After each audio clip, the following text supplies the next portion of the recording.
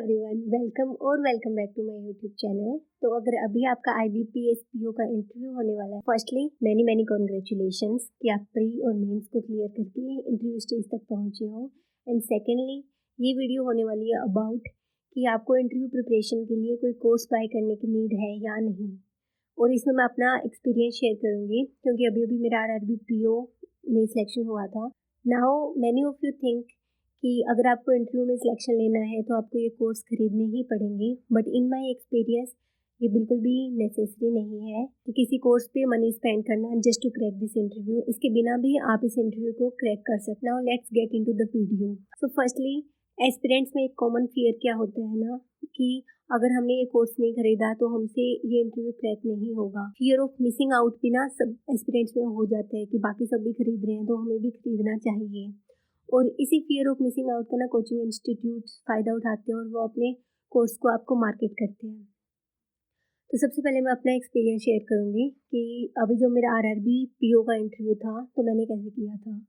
तो let's be honest, वहाँ मैंने ये कोर्स खरीदा था और इसका एक मेन जो रीज़न था ना वो ये था जो मॉक इंटरव्यू देना था। इसे लास्ट ईयर क्या किया था ना, कुछ कोचिंग इंस्टीट्यूट्स ने सिर्फ वो मॉक इंटरव्यू अवेलेबल करवा रहे थे, 2 मॉक इंटरव्यू, इससे काफ़ी कम प्राइस में। बट इस साल उन्होंने ये चीज़ नहीं प्रोवाइड की थी, तो मेरे पास कुछ और ऑप्शन ही नहीं बचा था एक्सेप्ट कि मुझे ये कोर्स खरीदना पड़ेगा अगर मुझे मॉक इंटरव्यू देना है तो अब मुझे कोर्स में क्या क्या मिला था। उस कोर्स में ये कोर्स अराउंड था 2000 रुपये का, और इसमें उन्होंने प्रॉपर वीडियोस प्रोवाइड की थी बैंकिंग अवेयरनेस और फाइनेंशियल अवेयरनेस से रिलेटेड, और कुछ उन्होंने जस्ट टॉपिक्स बता दिए थे कि ये आपको करंट से पढ़ना। नाउ वीडियो लेक्चर्स किस प्रकार होते थे ना कि बुलेट्स पॉइंट्स लिखे हुए होते थे उस प्रेजेंटेशन में, और फिर उन बुलेट पॉइंट को जो टीचर होती थी मैं ट्रेन करते थे, तब वो ना अपने ही दूसरे पेन का यूज़ करके करते थे कि अगर बाद में अगर आप चाहो ना कि मैं इस वाली PDF को देख करके और सब कुछ एक बार रिवाइज कर लूँ तो आप नहीं कर पाओगे। एटलीस्ट मैं नहीं कर पाती थी, आधी चीज़ें छूट जाती थी, कुछ तो याद रहता था बट मेजॉरिटी ऑफ चीज़ें छूट जाती थी क्योंकि लगभग 20 से 30 ऐसे लेक्चर्स थे। तो मैंने तो जस्ट स्टार्टिंग के कुछ किए थे और फिर मुझे समझ आ गया था कि ऐसे तो मैं नहीं पढ़ पाऊँगी। मुझे तो ऐसा था कि मुझे अगर रिवाइज़ करना है तो मैं प्रॉपर एक बार सब कुछ चीज़ें खुद से पढ़ना चाहती हूँ, तभी मेरे दिमाग में बैठेगा, अदरवाइज़ किसी को सुनने से मेरे दिमाग में नहीं बैठेगा। और उन वीडियोज़ में आप सिर्फ उनको सुन सकते थे, जब आप रिवाइज़ करने और उनको पढ़ने जाओगे तो वो आप नहीं पढ़ पा रहे थे उनको।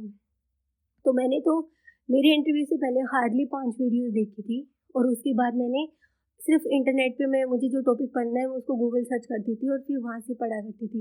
अगर वैसे तो कुछ कॉम्प्लेक्स था नहीं, लेकिन अगर कुछ कॉम्प्लेक्स लगता था तब फिर मैं जाके किसी यूट्यूब वीडियो पे उसको अगेन सर्च करके पढ़ लिया करती थी।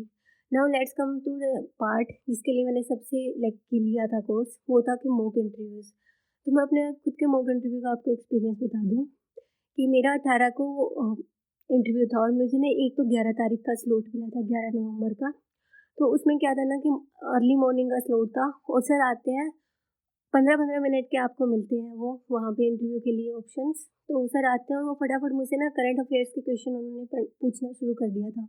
इंडस इंड बैंक का चेयरमैन कौन है, नियोजित मोयना योजना कहाँ पे स्टार्ट हुई है, वो कुछ क्वेश्चंस मुझसे स्टैटिक का भी पूछ रहे थे, बट वो तो मैं बता नहीं पा रही थी, तो फिर वो करंट का ही पूछने लग गए। तो आधे क्वेश्चन मुझे आ रहे थे, आधे नहीं आ रहे थे उसमें से। उन्होंने मुझसे कुछ नहीं पूछा, HR क्वेश्चन नहीं पूछे, कुछ भी सिचुएशनल क्वेश्चन नहीं पूछा, कुछ भी ज़्यादा स्टैटिक का भी नहीं पूछा था। और फिर ऐसे ऐसे उनकी 15 मिनट कंप्लीट हो गई और फिर सर मुझे बोलते हैं कि ओके अभी मेरा नेक्स्ट स्टूडेंट आने वाला है, good luck for your preparation. मैं फिर ऐसे थी, सर प्लीज़ अपना फीडबैक दे दो। तो सर बोलते कि हाँ यू आर डूइंग गुड, बस अपना ना करंट अफेयर को पढ़ते रहो और just because you are doing good तो पढ़ाई को छोड़ मत देना, इसको कंटिन्यू रखो बस। और सर चले गए। अब मैं उनसे ये भी नहीं पूछ पाई कि सर आप मुझे 100 में से कितने मार्क्स दोगे, और मैं फिर यही सोचते रह गई थी शिट कि मुझे ये तो पूछना चाहिए था कि आप 100 में से मुझे कितने मार्क्स दे रहे हो, कि अकॉर्डिंगली थोड़ा मुझमें कॉन्फिडेंस भी आता और अकॉर्डिंगली मैं अपनी प्रिपरेशन को और इनहेंस कर पाती। सर से पूछती सर मेरे वीक पॉइंट्स क्या है, और मैं इतना भी नहीं बोल पाई कि सर आपने मेरा वेल राउंडेड इंटरव्यू तो लिया ही नहीं, क्योंकि कभी कभी ये आपके फाइनल पैनल में भी हो जाता है कि वेल राउंडेड इंटरव्यू नहीं होता, बट मैं नहीं बोल पाई, जबकि मैं बिल्कुल भी सेटिस्फाइड नहीं थी उस मॉक इंटरव्यू के बाद। नाउ 3 दिन बाद 14 तारीख को मेरा दूसरा मॉक इंटरव्यू था। उसमें सर आते हैं तो मैं ऑनलाइन चली गई हूँ, तो आपकी जो ये कॉल्स होती थी ना ये जूम पे होती थी और बाद में आपको ना इसका वीडियो भी मिलता था, तो आप खुद को देख भी सकते हो एक्सप्रेशन की, कॉन्फिडेंट थे, नर्वस थे, कैसे थे, हंस रहे थे, नहीं हंस रहे थे, तो काफ़ी हेल्पफुल रहती है ये वाली चीज़ एटलीस्ट। तो अब सर आते हैं, क्यों मैं तो पहले ही चली गई थी, सर को तो मतलब पहले एक इंटरव्यू ख़त्म करके फिर मेरे वाले इंटरव्यू में आना था, ऐसा करके। तो मैं जा चुकी हूँ और मैं वहाँ पे सर का वेट कर रही हूँ। फिर एक मैसेज आता है, क्योंकि वहाँ पे ना मैसेज का भी ऑप्शन होता है जूम मीटिंग में। तो मैसेज आते हैं ना कि तुम्हारी तरफ से इंटरनेट कनेक्शन अच्छा नहीं है, मैं तो यहाँ पे आ चुका हूँ। फिर मैंने कहा सर मैं भी आ चुकी हूँ, क्योंकि मेरी तो मुझे वीडियो भी दिख रही थी। फिर सर बोलते हैं कि नहीं नहीं, तुम्हारे एंड पे इंटरनेट कनेक्शन अच्छा नहीं है, मैंने तो जस्ट अभी अभी किसी का किया है और उसका तो हो रहा था, बट तुम्हारा नहीं हो रहा, तो तुम्हारे एंड पे ही दिक्कत है। और ये सब बातें ना टेक्स्ट में हो रही है। आप समझ रहे हो, टाइप करने में टाइम भी लग रहा है। फिर मैंने लिखा कि सर ठीक है, मैं एक बार रिकनेक्ट करती हूँ। तो सर मुझे बोलते हैं कि नहीं, रिकनेक्ट करोगे तो तुम्हारा ही टाइम वेस्ट होगा, बेटर तुम इस नंबर पे कॉल कर लो। और उन्होंने एक मोबाइल नंबर टेक्स्ट में लिख दिया। फिर मैंने उस पर कॉल किया, हालांकि मैं बिल्कुल भी नहीं करना चाहती थी, अंदर से मेरे को इतना बुरा लग रहा था कि मैं मतलब वीडियो वाला वो चाहती थी, ताकि कि मैं बाद में खुद को देख पाऊँ कि मैं नर्वस थी, मैं हंस रही थी या नहीं हंस रही थी, मैं कॉन्फिडेंटली आंसर कर रही थी या नहीं कर रही थी। अब ऑडियो फ़ोन पे अगर मैं बात कर रही हूँ तो मैं कुछ देख ही नहीं पाऊंगी ना अपना। और अगर फ़ोन पे हो रहा है तो फिर वो मुझे कोई उसकी रिकॉर्डिंग भी नहीं प्रोवाइड करेंगे, और वैसा ही हुआ, मुझे कोई भी रिकॉर्डिंग प्रोवाइड नहीं की गई उसकी। लाइक 1-2 मिनट की गई थी जब हम टेक्स्ट कर रहे थे। तो फिर अब सर आते हैं, तो अभी इस बार वाले में इनका बोलूँगी कि एटलीस्ट इन्होंने जो इंटरव्यू लिया था ना, वो प्रॉपर एक होलिस्टिक वे में लिया था। स्टार्टिंग में मेरे इंट्रोडक्शन से स्टार्ट किया, फिर मैंने जो बातें बताई उसमें से भी उन्होंने 1-2 क्वेश्चन किए। फिर उन्होंने कुछ बैंकिंग का पूछा और फिर कुछ उन्होंने करंट का पूछा, बट एटलीस्ट इनका इंटरव्यू एक होलिस्टिक था, एक ही वे में नहीं गए, तो ये चीज़ मुझे अच्छी लगी। फिर मैंने सर से पूछा, और फिर क्योंकि पिछली बार मैं पूछने भूल गई थी जो क्वेश्चन थे, तो इस बार मैंने सारे पूछ लिए थे सर से। और मैं पूछ रही थी तो सर मतलब ठीक है, मेरे को फटाफट बताया था, क्योंकि फिर वो ऐसे थे कि आपका टाइम हो गया है, वही था कि 15 मिनट था, 15 मिनट में मैं 11-12 मिनट ही सर से बात कर पाई। तो अब ये तो था मेरा जो मैंने कोर्स लिया था उसकी समरी। अब मेरे पर्सनल एक्सपीरियंस के बारे में बात करते हैं कि क्या आपको ये बाय करना चाहिए। तो देखो, मैं कोर्स को ना बिल्कुल तो यूजलेस तो नहीं बोलूंगी, ये एक ना आपको स्ट्रक्चर तो प्रोवाइड करते हैं, और स्पेशली लाइक मॉक टेस्ट तो प्रोवाइड कर ही रहे हैं, जो आप एक मॉक इंटरव्यू दे पाओगे। अगर आपको एक ही जगह पे पूरे के पूरा सिलेबस चाहिए ना कि मुझे ये पढ़ना है और यहाँ से मैं पढ़ पाऊंगा, मैं बारी बारी खुद से गूगल करके चीज़ों को नहीं सर्च कर पाऊंगा, तो you can go with it just because. पर सिर्फ वॉचिंग वीडियोस या फिर पीडीएफ को रीड करने से सिलेक्शन नहीं मिलेगा। सिलेक्शन मिलेगा जब आप प्रैक्टिस करोगे, और जब आप प्रैक्टिस करोगे तभी कॉन्फिडेंस आएगा और तभी आपको सिलेक्शन भी मिलेगा। तो अगर आप ये कोर्स आपको एब्सोल्युटली नेसेसिटी लग रहा है ना, तो आप खरीद सकते हैं इन कोर्सेज को, बट इसलिए नहीं खरीदना क्योंकि बाकी लोग भी खरीद रहे हैं तो हम भी खरीदें, ऐसा तो बिल्कुल भी मत करें। तो अभी आपका फोकस किस चीज़ पे होना चाहिए? अगर आप कोर्स नहीं खरीद रहे हो तो आप सेल्फ स्टडी कैसे करोगे, उस पर आपका फोकस होना चाहिए। सबसे पहले तो कि बैंकिंग और फाइनेंशियल सेक्टर को बहुत अच्छे से जान लो, स्टैटिक को तो जान ही लो। मैं ये बात भी बोलूँगी ना, स्टैटिक को जानने का मतलब ये नहीं है कि आरबीआई क्या है, आरबीआई की फंक्शंस क्या है, नहीं। थोड़ा इन डेप्थ जाओ ना कि आरबीआई को ही सेंट्रल बैंक क्यों बनाया, किसी और बैंक को क्यों नहीं बनाया। तो ना अच्छे से कॉन्सेप्ट्स को अंडरस्टैंड करो इन चीज़ों के पीछे। लाइक डिबेंचर्स एंड बॉन्ड होते तो हैं, बट क्यों होते हैं, मतलब कौन इशू करता है, ये सब वो सब तो हम देख लेते हैं, बट इनकी ज़रूरत ही क्या पड़ी, ये पिक्चर में ही क्यों आए, है ना। तो थोड़ा सा पीछे का कॉन्सेप्ट देखना, आपकी अंडरस्टैंडिंग भी बेटर होगी, आपको आप क्यूरियसिटी भी बनेंगे और चीज़ों को जानने का भी मन करेगा। और जब आप में वो अंडरस्टैंडिंग होगी ना, तो वो आपको इंटरव्यू में साफ साफ वहाँ पे झलकेगी बहुत अच्छे से। आपको अपने एचआर और सिचुएशनल क्वेश्चंस को टैकल करना है, और आपको मॉक इंटरव्यू तो डेफिनेटली देना है। नाउ फॉर मॉक इंटरव्यू 1 या 2 तो IBPS PO पैनल मेंबर्स आपको मतलब अगर आप वहाँ पे ले रहे हो कोचिंग इंस्टीट्यूट्स का तो वहाँ पे वो लेंगे।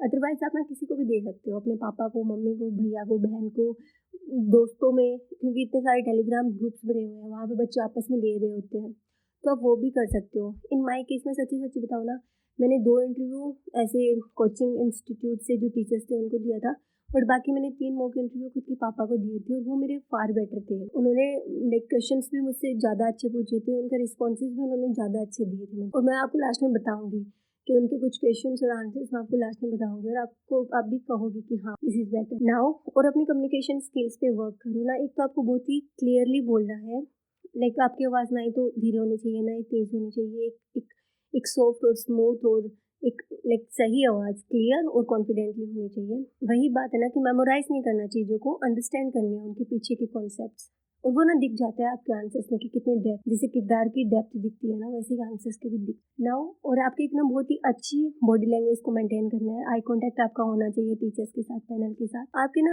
बॉडी लैंग्वेज में ना मैनर्स दिखने चाहिए, वो लिटरली दिख जाते हैं भाई। अगर आपको वो कुछ चीज़ें ऑफर करते हैं तो आपकी क्या बॉडी लैंग्वेज है, वो मैनर्स ना आपके दिख जाते हैं। नाउ विदाउट किसी कोर्स के आप कैसे प्रिपेयर करोगे?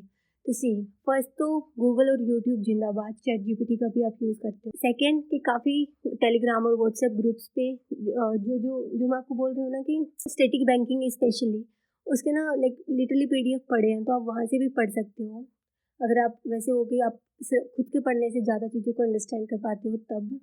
और तीसरा है ना कि मॉक इंटरव्यूज़, अपने दोस्तों को मॉक इंटरव्यू दो, परिवार वालों को मॉक इंटरव्यू दो। अगर और कोई भी या तो कोई लेने वाला नहीं है या फिर आप शाई हो जाते हो दूसरों से बात करने के लिए, तो खुद को रिकॉर्ड करो फ़ोन में और देखो अपने रिस्पॉन्सेज को रिकॉर्ड करो और देखो। मैंने ये किया था, मैंने ये 100% किया था। मैं खुद को रिकॉर्ड करके देखा करती थी कि लाइक मैं ज़्यादा ब्लिंक तो नहीं कर रही हूँ अपनी आइज़ को, ज़्यादा नर्वस तो नहीं, और फिर ज़्यादा हाथ हिला तो नहीं रही हूँ, और फिर उन चीज़ों को इम्प्रूव करो। क्योंकि ना खुद से अच्छा एक्सेस कोई नहीं कर सकता। हमें लिटरली हमारी वीक पॉइंट्स पता होते हैं ना। फाइनल एडवाइस क्या रहेगी आपके लिए, जो आपका सिलेक्शन होगा ना वो इंटायरली डिपेंड होगा कि आप कितनी ज़्यादा प्रैक्टिस कर रहे हो। सी अगर आप आपने इतनी मेहनत से क्लियर किया है, मेंस इतनी मेहनत से क्लियर किया है ना, तो अब उससे दोगुनी मेहनत करो और इस इंटरव्यू को क्रैक कर लो। इस बार बहुत ही ज़्यादा अच्छी वैकेंसी है, सिलेक्शन के चांसेस है ना वो बहुत है। और आपका सिलेक्शन इस बात पे बिल्कुल भी डिपेंड नहीं करता है कि कितनी आप मनी स्पेंड कर रहे हो कोचिंग में, या फिर आप किसी अपने फेवरेट कोचिंग में जा रहे हो क्या, फेवरेट टीचर से पढ़ रहे हो क्या, फलाना टीचर। उन चीज़ों से सिलेक्शन नहीं होता है। सिलेक्शन होगा कि आप कितनी ज़्यादा प्रैक्टिस कर रहे हो, बीट प्री मेंस और इंटरव्यू के ना बहुत बहुत बहुत अच्छी प्रैक्टिस करो। एंड इंटरव्यूज़ में ना लाइक 90+ मार्क्स मिलते हैं, 94, 95, 96 तक मैंने मार्क्स देखा है बच्चों को मिलते हैं।